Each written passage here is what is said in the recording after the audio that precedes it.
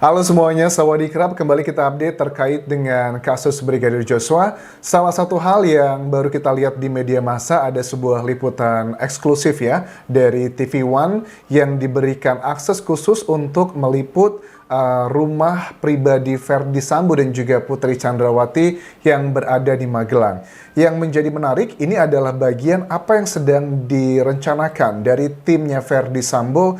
Kenapa memberikan akses untuk media massa untuk masuk ke dalam rumah tersebut? Apakah ada framing-framing yang sedang dikuatkan, berusaha untuk diyakinkan ke masyarakat? Karena kalau aku baca strategi dari timnya Verdi Sambo ini, meyakinkan masyarakat sama dengan meyakinkan Yang Mulia Hakim. Apakah seperti itu? Karena memang untuk putusan nanti apakah Verdi Sambo dan juga Putri Chandrawati ya memang dengan pasal utama adalah 340 pembunuhan berencana dengan hukuman mati atau seumur hidup atau 20 tahun penjara, itu adalah 3 hukuman yang akan diberikan, walaupun secara hukum Yang Mulia Hakim berhak ya memberikan hukuman walaupun terbukti pasal 340 hukuman penjara 1 hari pun itu juga mungkin saja. Tetapi jika memang itu bisa meyakinkan Yang Mulia Hakim, kita akan bahas satu persatu. Ada satu hal yang sangat nyata sekali strategi di sini berusaha diwujudkan adalah peristiwa di tanggal 4 Juli 2022. Karena nota keberatan dari timnya Verdi Sambo dikatakan bahwa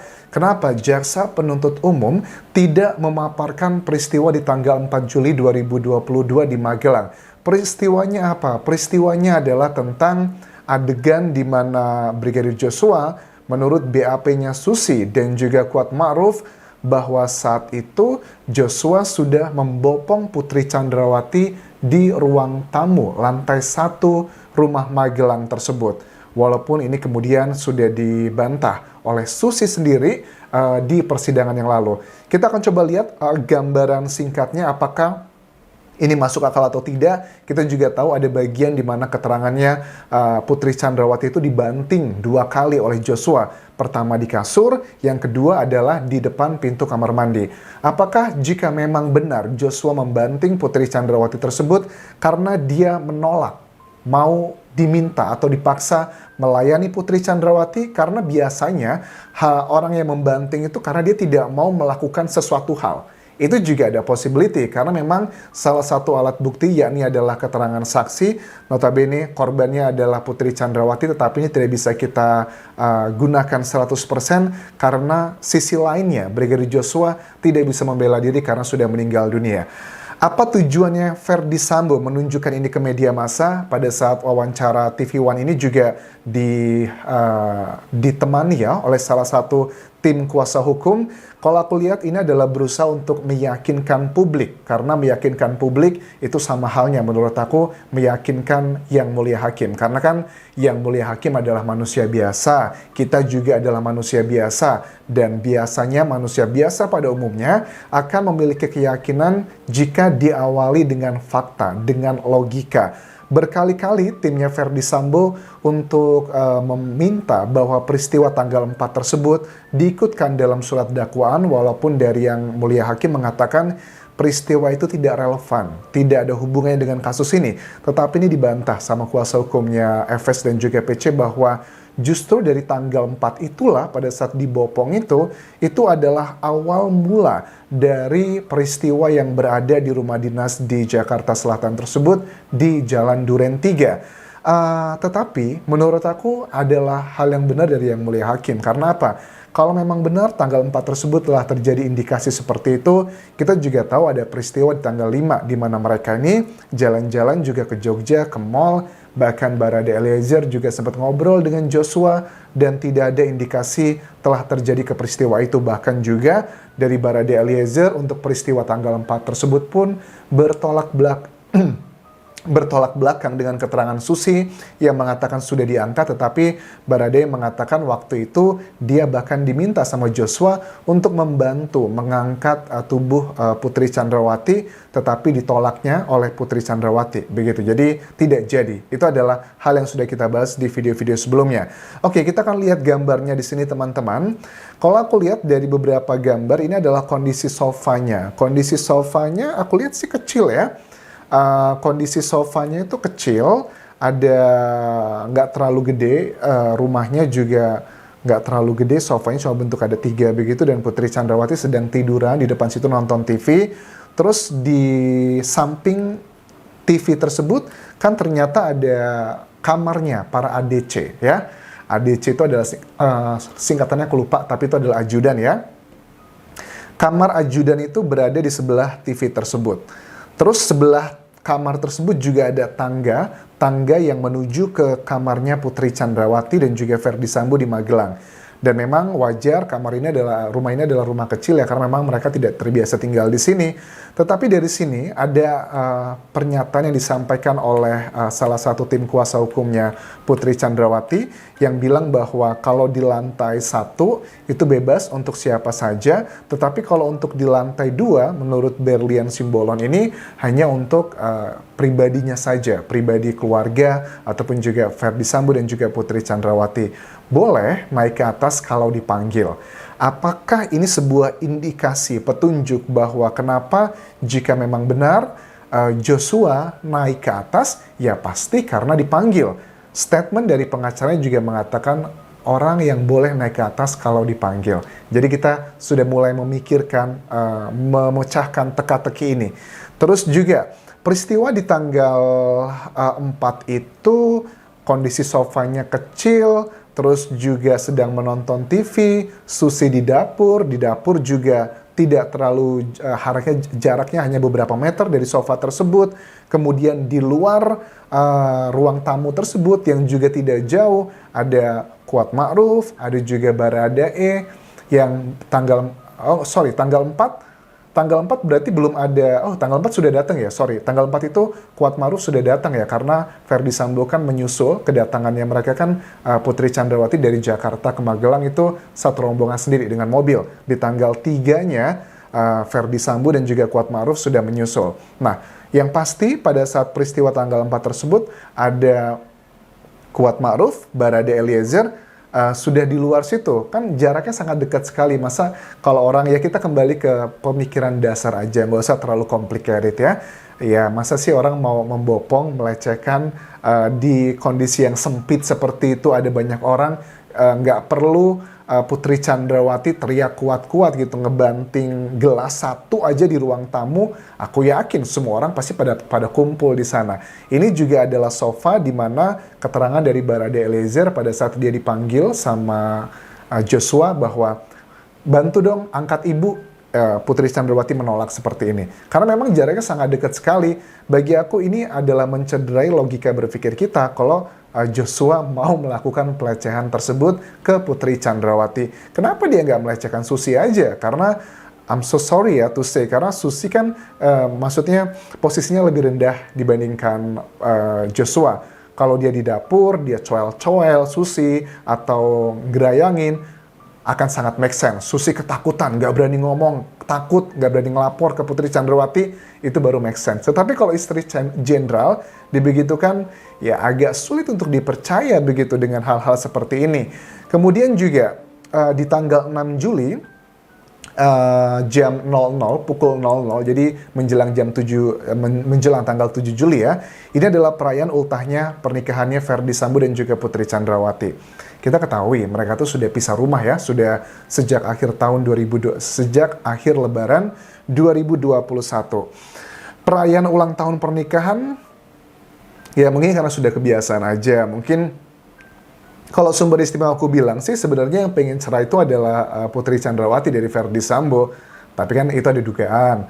Mungkinkah ini salah satu indikasi dari Ferdy Sambo yang sebenarnya tetap pengen punya effort untuk mempertahankan rumah tangganya, karena kalau ini adalah beneran mereka datang ke Magelang itu murni hanya untuk merayakan ulang tahun pernikahan, sepertinya tidak. Kalau memang sudah ada perencanaan pasti akan jauh lebih ada acara lah, mungkin ke rumah makan, makan malam bareng. Ini kan tidak seperti itu, hanya potong kue bersama ajudannya, dan tidak ada anak-anaknya juga, karena memang tujuan utama mereka kan ke Magelang tuh hanya untuk menghantarkan anak-anak mereka untuk sekolah yang berada di sekolah kayak asrama gitu di Magelang.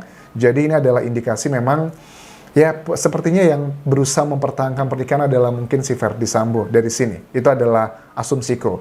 Kuasa hukum sekali lagi menegaskan hanya yang dipanggil boleh naik ke lantai 2. Dan kalau memang ada bukti yang menunjukkan rekaman Brigadir Joshua di kamarnya Putri Chandrawati di rumah Magelang tersebut, indikasi sangat kuat itu adalah memang perintahnya PC untuk naik ke atas.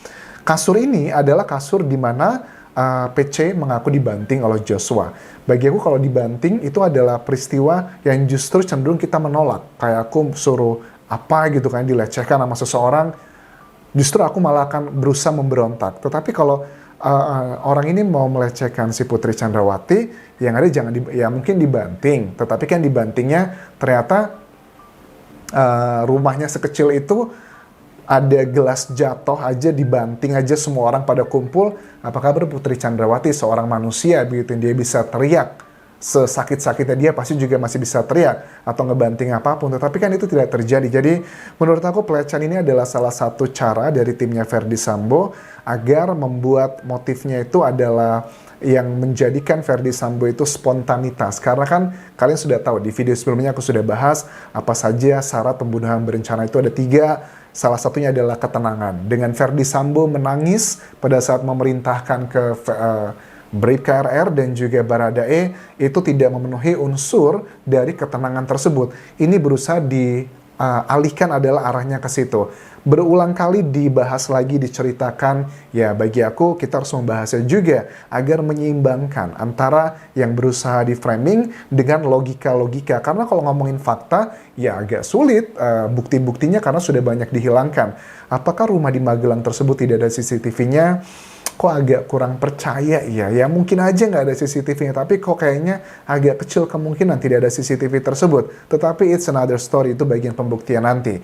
Kemudian juga setelah dibanting Joshua di kasur versi timnya FS, kemudian lanjut katanya dibanting di depan pintu kamar mandi. Jadi kan ini kayak kamarnya ini bersebelahan dengan kamar mandinya, bukan kamar mandi dalam kayak di hotel-hotel begitu. Kenapa dibanting juga di depan pintu kamar mandi? Maksudnya logikanya kan rumahnya sempit ya. Masa abis begituan di kamar mau dibawa ke kamar mandi gitu? Pikiranku jadi liar banget. Kan ini adalah logika-logika yang nggak sesuai runtutannya. Kalau memang Joshua mau melakukan seperti itu, ya sudah kamarnya dikunci, selesai, keluar, ya udah kalau udah melampiaskan hasratnya keluar. Tetapi kan tidak seperti itu. Kenapa juga ada adegan dibanting di kamar mandi? Memang mereka mau melakukan di kamar mandi juga dengan orang sebegitu banyak di rumah sekecil itu. Itu adalah logika-logika yang sulit untuk diterima akal sehat. Kecuali kalau korbannya itu adalah Susi, itu baru make sense. Karena Susi posisinya lebih rendah, dia ada ketakutan akan mengadukan seperti itu baru make sense. Seorang istri jenderal bintang 2, sangat kecil sekali kemungkinan peristiwa itu. Kejadian tanggal 4 ini tidak tertuang dalam surat dakwaan. Pada saat aku dengar memang sangat disayangkan dari timnya FS karena ini penyebab kejadian di Duren 3. Ya, disayangkan adalah karena menghalangi langkah mereka untuk membuat peristiwa ini tidak menjadi pembunuhan berencana. Peristiwa di tanggal 7 Juli di tempat yang sama, di rumah ini juga. Ini adalah jendela di mana KM itu mengintip pada saat si Brigadir Joshua turun mengendap-endap dari kamarnya Putri Chandrawati. Kemudian si KM berteriak, "Woi, ngapain kamu?" Hah? Ini juga janggal. Posisinya adalah konteksnya. KM itu tidak berangkat bareng sama PC dan juga Brigadir Joshua di tanggal 2 tersebut ya.